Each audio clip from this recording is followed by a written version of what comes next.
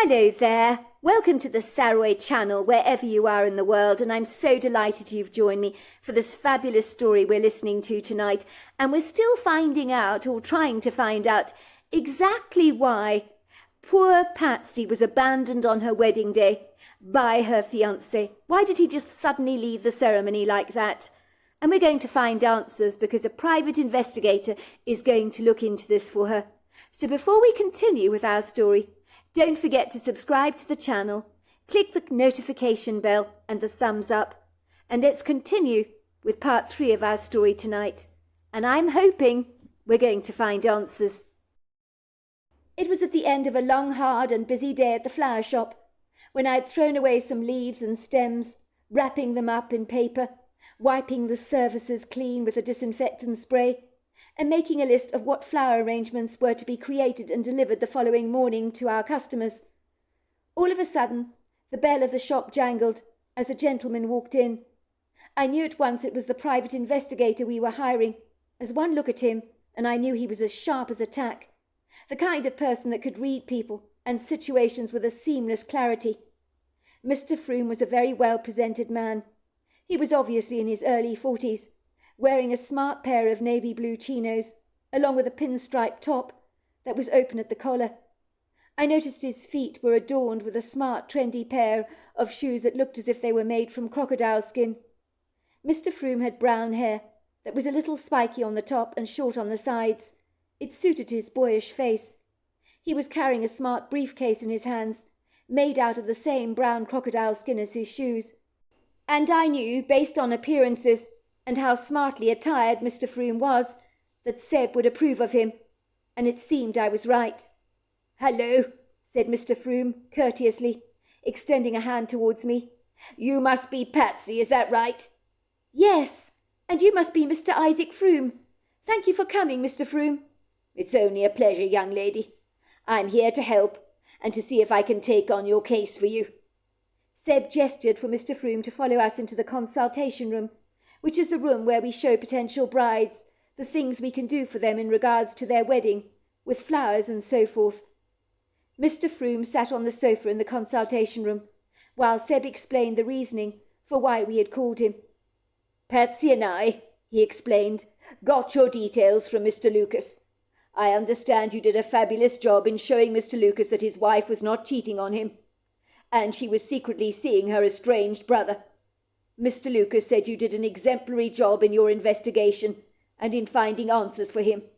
He was full of praise for you, which is why we called you here today, in the hope that you may be of help to us.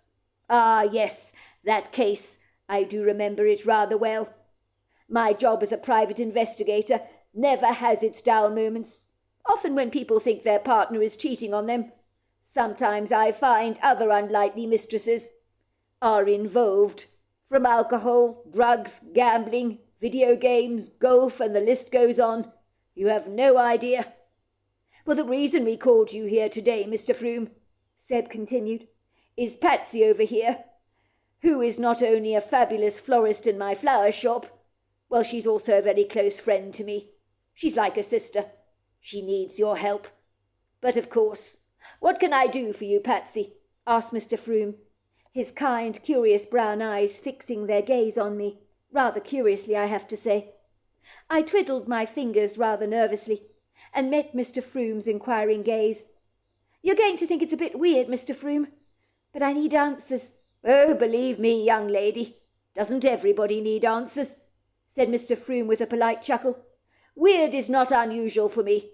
You won't believe the things people have asked me to do over the years. Nothing comes as a surprise to me anymore.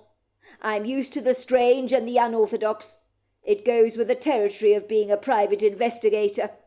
Besides anything else, it makes my life all the more interesting, which is why I really enjoy what I do. It would be torturous for me to sit behind a desk all day, even though as a private detective there are a lot of times I have to sit around in a car, and that is the least enjoyable part of the job. But it is what it is." "Mr. Froome, let me just tell you what's going on here. About 3 years ago, my fiancé, Andy Glover, abandoned me at the altar on our wedding day. We were about to say our vows. Moments before, Andy receives a text from someone. He answers it straight away. Well, he looks at it, let's just say. He tells me he's coming back. He needs to be going off for a moment. I thought he was going to the men's cloakroom, or answering the text he'd received from a well-wisher. But I stood at the altar waiting for him to return, and he never ever did. It was the most humiliating day of my life. I felt so wretchedly small. I wanted the ground to swallow me whole. It didn't help that all the wedding guests were whispering among themselves. Some of them were giving me these pitiful glances, and there's nothing I loathe more than people feeling sorry for you. It's so patronising. The long and the short of it, Mr. Froome, is I never heard a dicky bird from Andy ever again. He cut all ties of communication with me after the wedding. I know his parents, but they won't tell me where he is. I've stopped his mother on countless occasions, and she looks a little shifty, so I know she knows his whereabouts, but she's giving nothing away. I suppose she's protecting her son, as that's what mothers instinctively tend to do, don't they? I want you to find Andy Glover, Mr. Froome. I can find no sign of him on social media.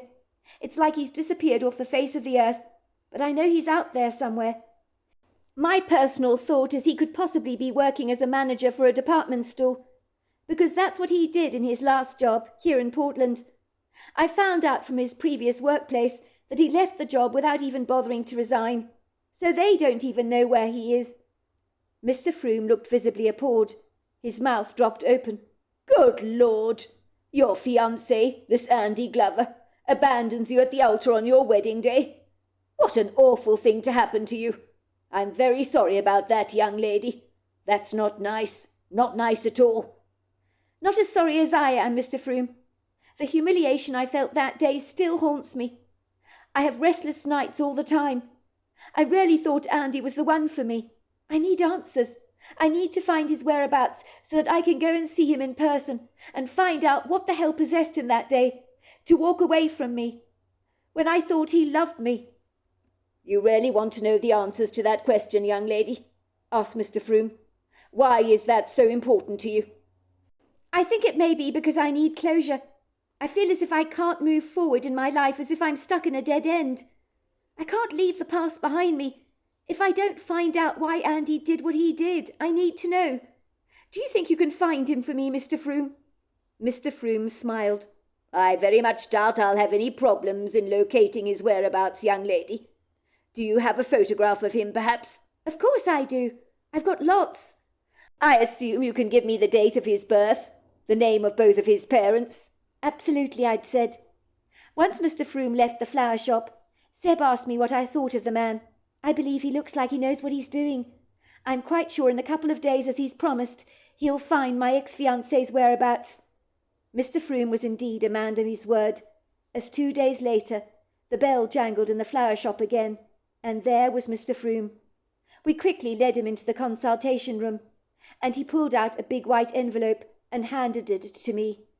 It was a photograph of my ex-fiancé getting into a smart navy blue SUV. I knew it was him. Is that your ex-fiancé? Asked Mr. Froome. That's him. You found him. I can't believe it, I said excitedly. I sure did find him, said Mr. Froome. I told you I'd find his whereabouts, and I always deliver on my promises. So where does he live? I asked. He's living in a magnificent-looking house in the Oregon coast. It overlooks the beach. His house is built on a high elevation, and there are others on that stretch of beach line. His property particularly overlooks a rocky outcrop. Lots of rock pools over there. Plenty of sea spray. Scenery is dramatic. There's a wood grove on one side fringing the far end of his property, which leads to other beaches along the coastline. I got lucky. I was able to get some shots of the place. I spoke to his next-door neighbour, a very agreeable man called Simon Scott. Apparently Andy Glover has been living in the house next door to him for about 2 years now. Simon Scott says that Andy gets up at the crack of dawn every day to go running on the beach, just as the sun rises. Apparently he's big on this getting fit malarkey, and is in reasonably good shape.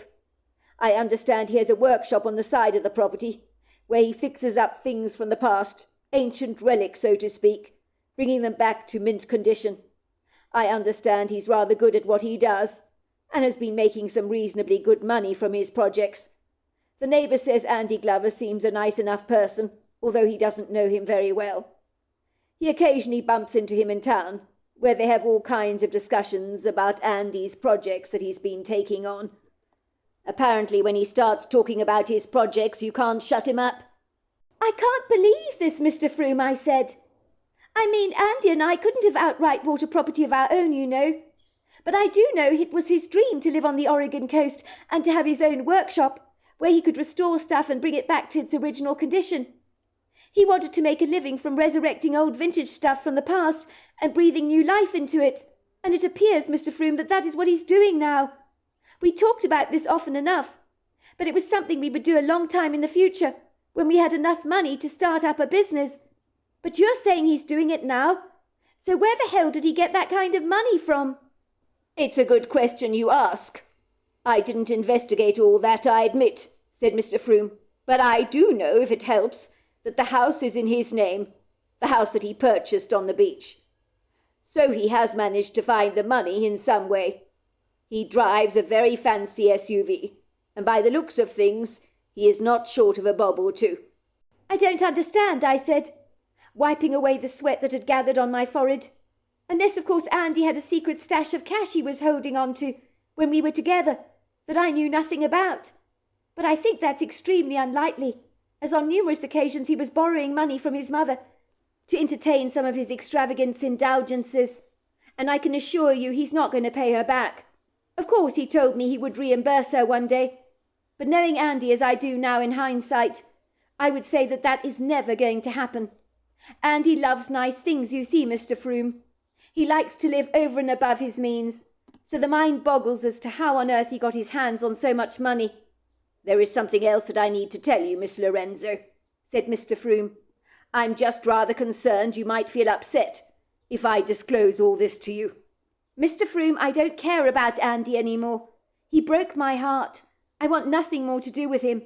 I asked you to find out his whereabouts, only because I need answers, so I'd appreciate you telling me everything. I'm a big girl now, and I can take whatever it is you have to tell me. Seb grabbed my hand, holding it tightly in his. I think Patsy has been through enough, Mr. Froome, don't you? She would appreciate everything you have to tell us, the good, the bad, and the ugly. Well, I don't know how to say this to you, Miss Lorenzo, but 3 months after your ex-fiancé left you at the altar, he married a young woman called Catherine Carter. They have a 3-year-old child together, and the birth certificate says that Andy Lorenzo is the father of the child. So if you do the math, I think we can safely say that Mr. Glover was a rather naughty boy during your relationship. Oh, my goodness, I gasped. That must be why he left me. He cheated on me during our engagement with this Catherine woman. He made her pregnant and married her. That's why he abandoned me during the ceremony. I guess he knew he had to do the right thing by her. So that's why he walked out on me, isn't it? This is starting to make absolute sense. It probably is the reason he left you, Mr. Froome admitted. But I suppose you'll never know the truth until you confront Andy Glover yourself. But the question is, now that I've presented you with the facts, do you really want to disturb that buzzing hive of hornets? It just might be upsetting for you to see Andy after the hurt he caused you. It's very clear to me, Miss Lorenzo, Andy Glover did not deserve a nice girl such as yourself. In my experience, sometimes it's best to let sleeping dogs lie. Mr. Froome, do you have any photographs of this girl you saw my ex-fiancé with? I do indeed. I've got a photograph of her on the beach, with your ex-fiancé and their 3-year-old son. It was true. Seeing the photograph verified everything that Mr. Froome had told me. They looked like the quintessential happy family in the photograph, and I felt sick to my stomach to know that my ex-fiancé, during the course of our relationship, had been intimate with this woman, and I'd known nothing about his infidelity. I realized that I'd dodged a bullet in not marrying Andy Glover. I recognized the woman in the photograph at once. We had bumped into her after we were about to leave the movies. The blonde woman had rushed up to Andy, flinging her arms around him and saying, "Oh my God, it's you, Andy Glover, I can't believe it!" The woman had practically ignored me until Andy had said, "Catherine, this is my fiancée Patty." "Oh, I didn't know you were engaged," she had said, and I remember noticing her face flushing, as if she felt suddenly quite uncomfortable. "Catherine and I were at junior and senior high together, weren't we, Catherine?" Andy explained to me. "We've known each other for many long years." Catherine had nodded. I remember when Andy and I had said goodbye to Catherine Carter and walked away. I turned around for a brief moment to take a look at her. She stood there staring at us, looking completely crushed. I remember saying to Andy, "I think that girl must have had a secret crush on you at school. The way she just threw herself into your arms just now suggests she really liked you. She didn't look too happy to know that you had a fiancé." At this, Andy's grip on my hand had tightened, and he said, "I don't know what the hell you're talking about, Patsy. Catherine and I have only ever been friends." Perhaps the way he had reacted should have been a red flag for me at the time. As if anyone becomes unduly defensive about something, it probably means they have something to hide. I remember when Andy had been so short with me after we'd run into Catherine Carter, I decided to keep my mouth shut, as Andy clearly didn't want to talk about Catherine Carter again, which in itself was rather strange, for Andy and I often talked nostalgically together about our school years. But our run-in with the woman seemed to have caused Andy some upset. The question I should have asked myself at the time was why. I think when you're young and naive, and you think you're madly in love with someone, you choose to ignore all the warning signs that blatantly cross your path, that are silently warning you that your fiancé is clearly hiding something significant. So bumping into Catherine, who looked at Andy so adoringly, should have made me at the very least smell a rat, but I really didn't at the time. "Mr. Froome, I recognise this lady in the photograph," I told him. "I've seen her before. Andy and I went to see a movie one evening together, and as we were leaving the premises, a strange woman ran up to us. She threw herself into Andy's arms, practically ignored me, she did. It was as if I wasn't there. It was a rather awkward, uncomfortable moment for me. Andy introduced me to her as a girl called Catherine Carter, who had been to school with him. I said hello to her, but she was not desperately friendly towards me. When Andy told her that I was his fiancé, she looked extremely gutted. I told myself that she must have had a secret crush on him at school." "Well, your instincts were not wrong, Miss Lorenzo. It would seem you're as sharp as a tack. I looked at his school yearbooks, and Catherine Carter is listed among the pupils he attended school with. So they have been in the same class for years and years. Did Andy ever talk to you about his past girlfriends, Mrs. Lorenzo, by any chance?" "Well, Andy told me he didn't really have any girlfriends apart from a girl called Lisa Penbright, who he went out with for about 6 months and broke up with her. He said he had the occasional fling, but I'm the only person that he's had a serious relationship with, from what he told me." "Well, he's been lying to you, Miss Lorenzo, I'm afraid. Why that is the case, I'm not entirely sure. But I will tell you this for a fact, and that is that Andy and Catherine Carter were childhood sweethearts. They went to prom together. They dated throughout junior and senior high. And you're right, I think Catherine was more in love with him than he was with her. Even while he was engaged to you, at some point he got together and reconnected with Catherine Carter, which explains why she fell pregnant with his baby. So I'm sorry that you had to learn about all of this. None of this can be easy to stomach, I'm most sure." "I'm not sorry about any of this, Mr. Froome. I'm extremely grateful, if you must know, that some of the missing pieces are coming together finally. Maybe when Andy got the mysterious phone call, or text if you like, while we were in the church, that could have been from Catherine Carter telling him she was pregnant with his baby. Maybe that was why he ran away and started a brand new life for himself with her. Maybe Catherine Carter comes from money, and her parents gave him the means for the couple to buy their own place on the Oregon coast. But why is it not listed in both of their names, I wonder? That is beyond me. I'm sure her family has money. Otherwise, how on earth could Andy afford such a great house?" Once we'd thanked Mr. Froome for his very efficient investigation, Seb poured glasses of wine for the both of us, as we sat back on the sofa in the consultation room to discuss everything Mr. Froome had told us. Was I upset that my ex-fiancé had so obviously cheated on me during the course of our relationship, and being intimate with Catherine Carter, a blast from the past? Of course I was. It would seem, listening to what Mr. Froome had revealed to us, had brought everything bubbling to the surface again. I suddenly felt as if I was going to be violently sick. almost as if I was standing at the altar all over again, while people whispered in the church pews among themselves, and casting me sympathetic looks, and saying to each other, "Poor thing! I don't believe her fiancé's coming back. He stood her up at the altar on her wedding day. I mean, who does that? I can't imagine how embarrassed the poor little mite must be feeling." Seb looked at me with deep concern in his eyes. "I told you, Patsy, that opening this can of worms might not be a good idea. Are you sure you're all right? You look decidedly peaky, if you don't mind my saying so." "I'm going to throw up," I said, running out of the room to the cloakroom and hurling up the contents of my stomach. I could not believe that Andy had abandoned me at the altar because he'd made another woman pregnant, and learning about this had been like a cold slap to the face.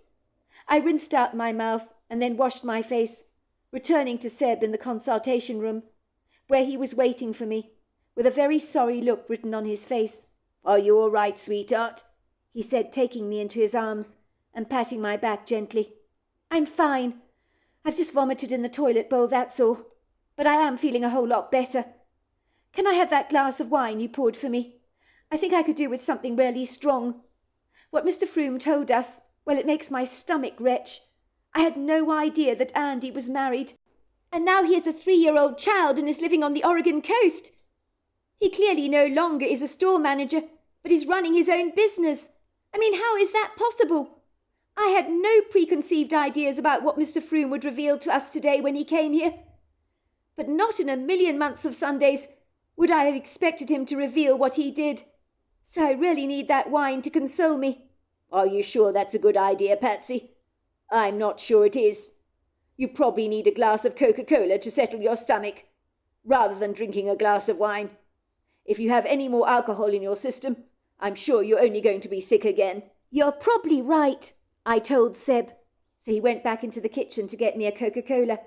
When he returned, his face was apologetic. "I'm so sorry, Patsy. I should never have suggested you go to a private investigator. Getting all this information about Andy and Catherine Carter must have hit you like a sledgehammer. But at least you do now know what Andy Glover was doing, and why he's such a douchebag. Now you have your answers." "He's worse than a douchebag, Seb. He's a sewer rat. Don't blame yourself, Seb, for recruiting Mr. Froome on my behalf to do an investigation for us.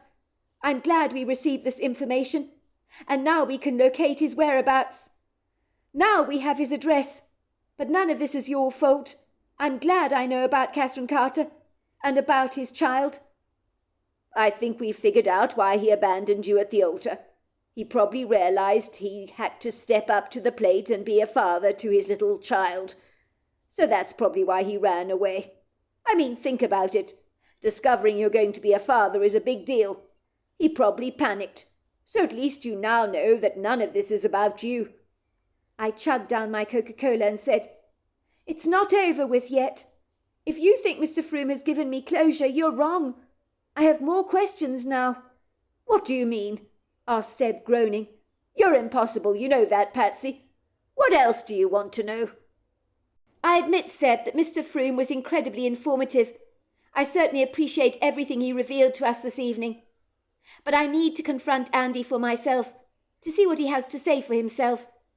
But I don't want to confront him with his wife and kid around. How am I going to get him alone? Because that's what I need to do. I want to tell him how much he humiliated me on our wedding day.